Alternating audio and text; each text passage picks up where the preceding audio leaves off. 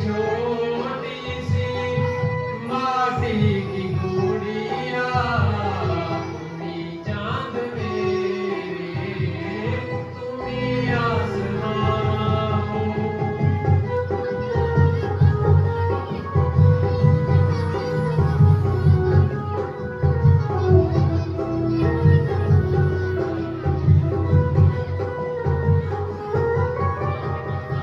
बहुत रात बीती, चलो मैं सुला दूं, पवन छेड़ सरगम में लोरी सुना दूं।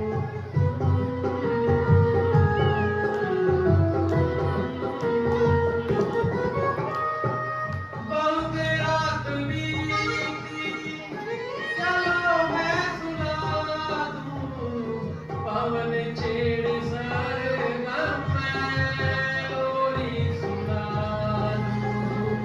तुम्हें देख कर ये ख्याल आ रहा है कि जैसे फरिश्ता कोई सो रहा है।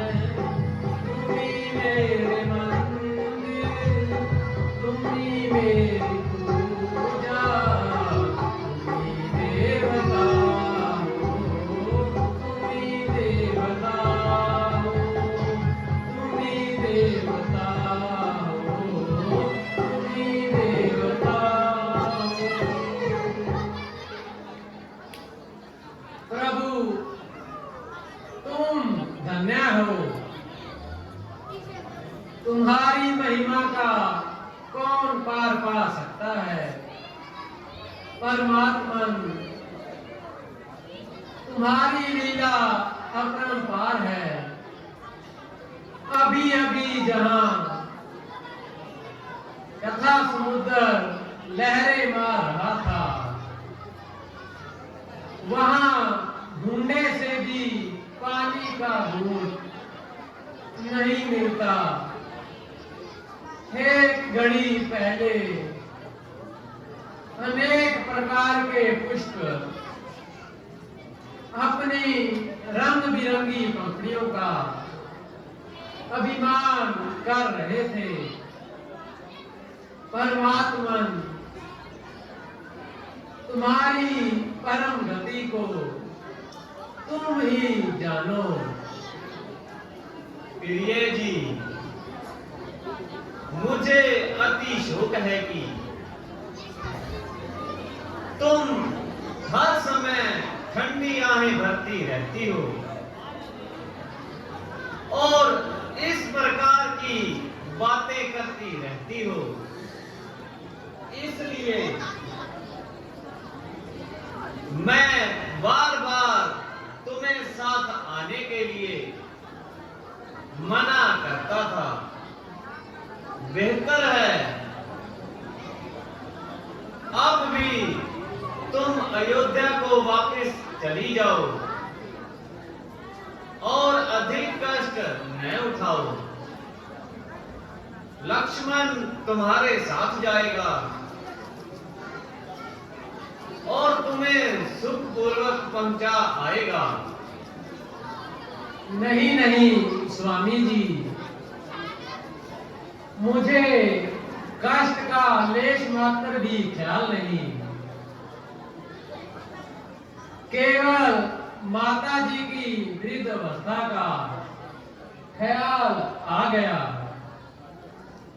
भ्राता लक्ष्मण, आज इस जंगल के जानवर क्यों इस प्रकार भय खा रहे हैं और तेजी से भागे जा रहे हैं। पहले तो कभी ये इतने भयभीत नहीं हुए। जरा देखना तो इन पर क्या मुसीबत आई है।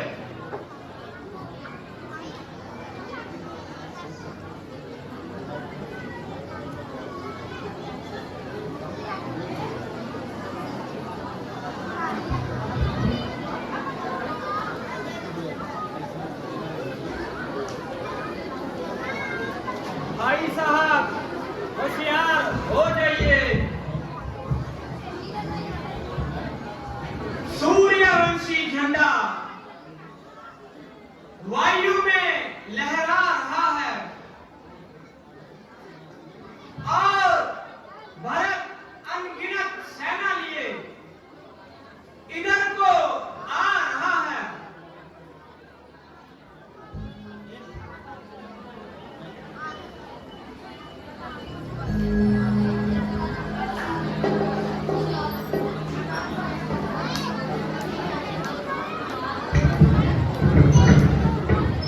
भक्त है तो तुम्हें किस बात का डर है?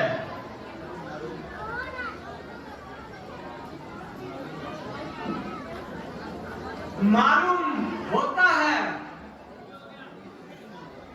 अभी तक उसकी तबीयत में शर है। मेरे ख्याल में वह किसी बुरे इरादे से नहीं आया है। तो क्या इतनी सेना झक मारने को लाया है? खैर कोई बात नहीं, आने दीजिए। कृपा करके इस भोलेपन को जाने दो। इस हालत में भी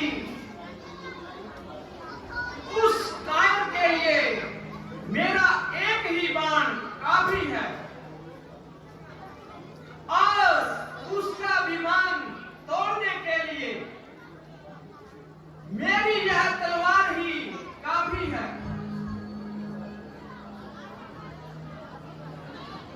लक्ष्मण जरा सब्र करो, उसे निकट आने दो, अपना दिली भाव तो बताने दो। शस्त्र कहीं भागे नहीं जाते। बस बस भाई साहब, बहुत सब्र किया, बहुत देर अपनी तबीयत पर जबर किया। आखिर कब तक खूने जिगर खाएंगे? लो देखो, भक्त तो बेचारा अकेला ही भागा आ रहा है। राधा लक्ष्मण, आप तो वैसे ही घबरा रहे हैं। राधा लक्ष्मण, भैया राम।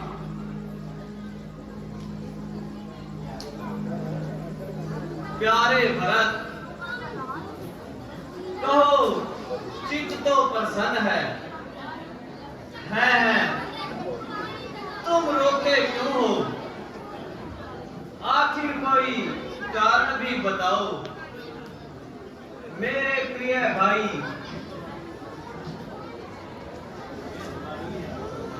मैं तुम्हारी ये हालत किन आंखों से देखूं? हाय हाय, मेरी उपस्थिति में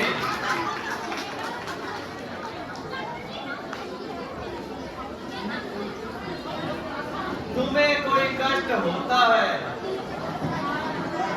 तो धिक्कार है। मेरी इस जिंदगी पर लानत है, मेरे जीने पर। भाई भरत, तुम्हें मेरी कसम अधिक हैरान न बनाओ। जल्दी अपनी रंजीदगी का कारण बताओ।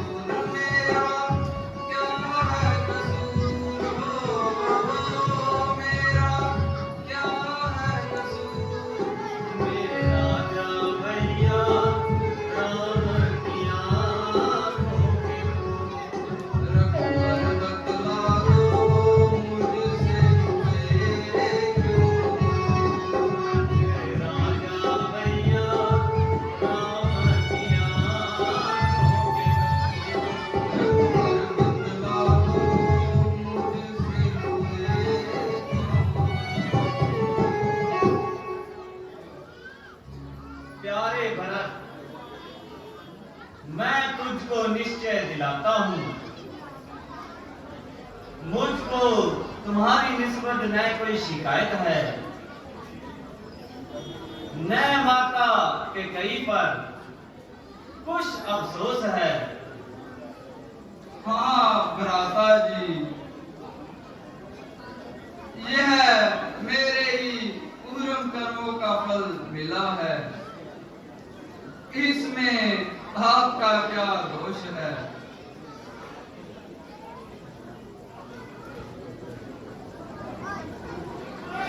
ओहो, ऐसा लगता है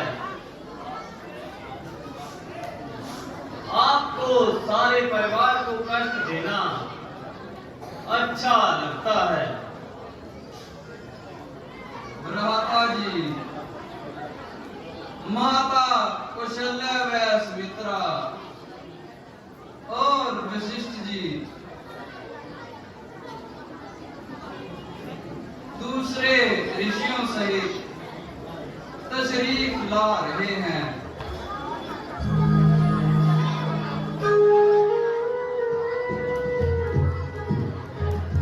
प्यारे भरत, मुझे खेद है कि तुम्हें समस्त कुल को क्लेश देना मंजूर है। हाँ भ्राता जी, यह सब मेरा ही कसूर है। भ्राता शत्रुघ्न, तुम कुटिया में अपनी भावट के पास आराम करो, मैं माताओं के स्वागत के लिए जाता हूँ।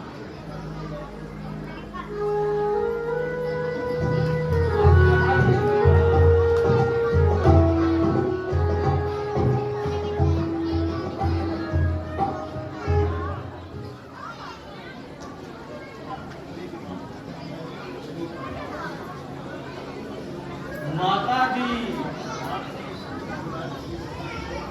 आपने इस दूर दराज के सफर की वृथा तकलीफ उठाई। मेरी माता, आप बोलती क्यों नहीं? कहिए, तबीयत तो अच्छी है। हाँ, अच्छी हूँ। माता जी, आप अपने दिल में कदाचित किसी प्रकार का ख्याल न लाना।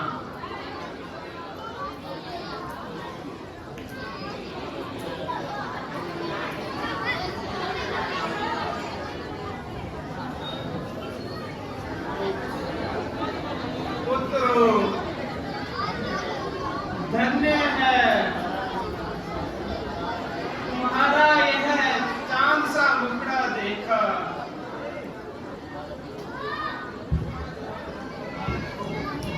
मगर शोक कि वह बेचारे अंतिम समय में तुम्हारा दीदार न कर सके। माता जी, आप मुझे क्या फरमा रही हैं? हाँ बेटा, आप तुम्हारे सिर पर इतना सवार नहीं रहा।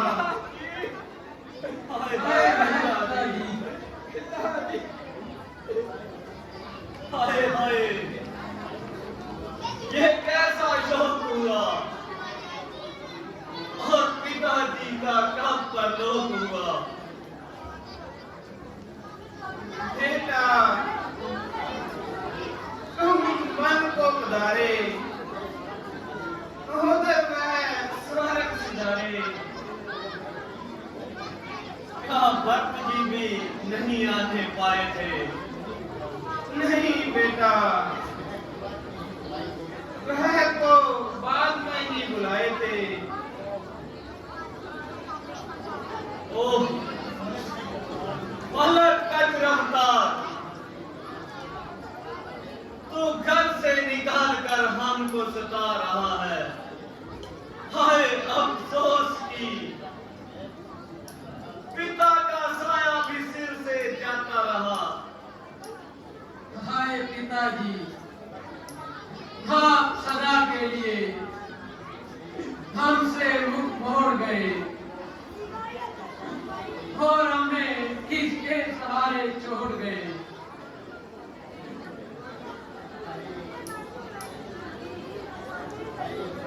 हाय अफसोस,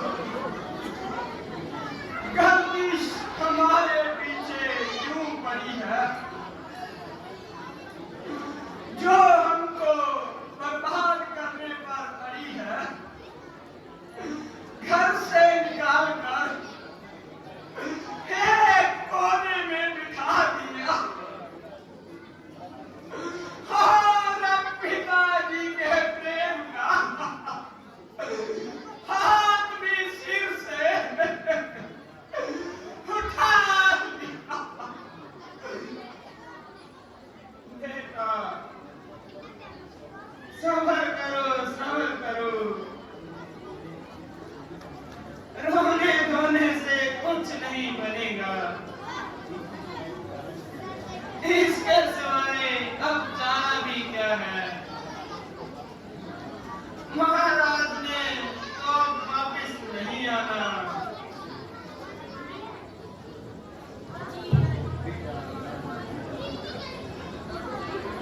बेटा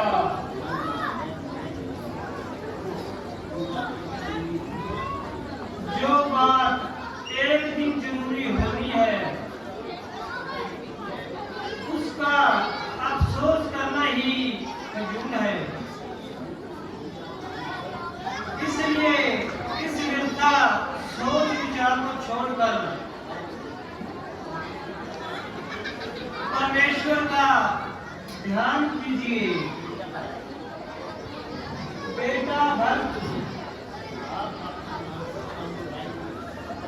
आप अपने मानसिक अभिप्राय को बयान कीजिए।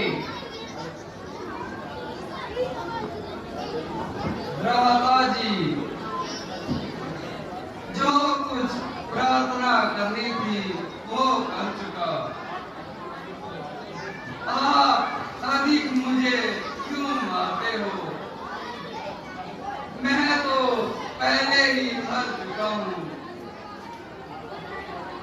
आशा है कि आप मेरी गुस्ताखियों को नजरअंदाज फरमाएंगे और तख्त अयोध्या को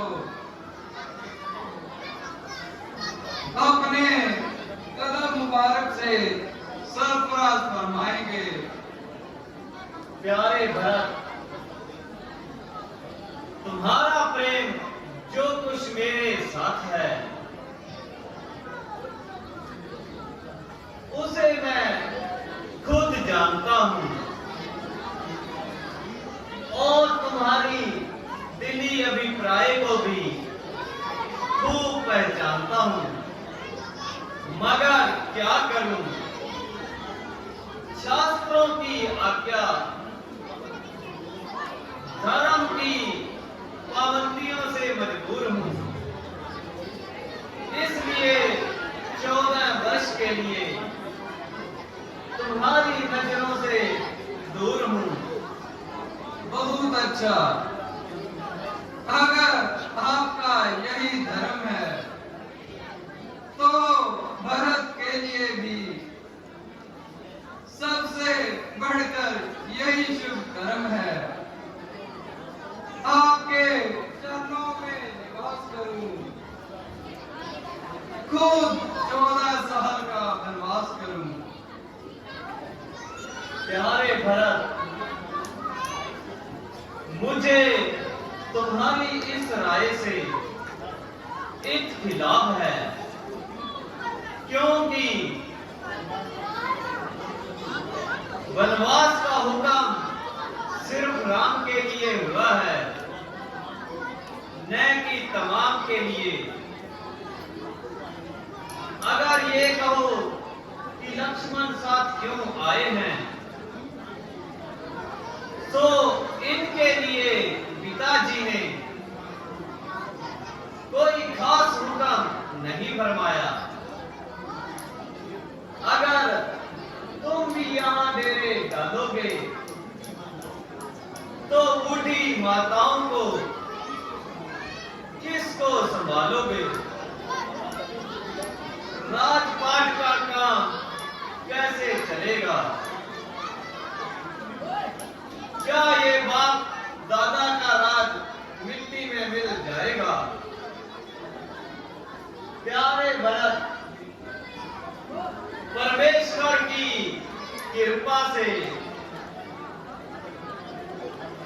हमारा खानदान बिल्कुल बेदाग है। उचित तो यही है तुम अयोध्या लौट जाओ। मामूली सी बात के लिए अपने कुल को दाग न लगाओ।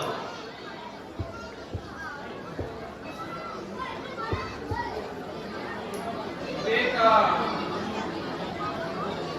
तुम दोनों कुशल्या के मित्र हो,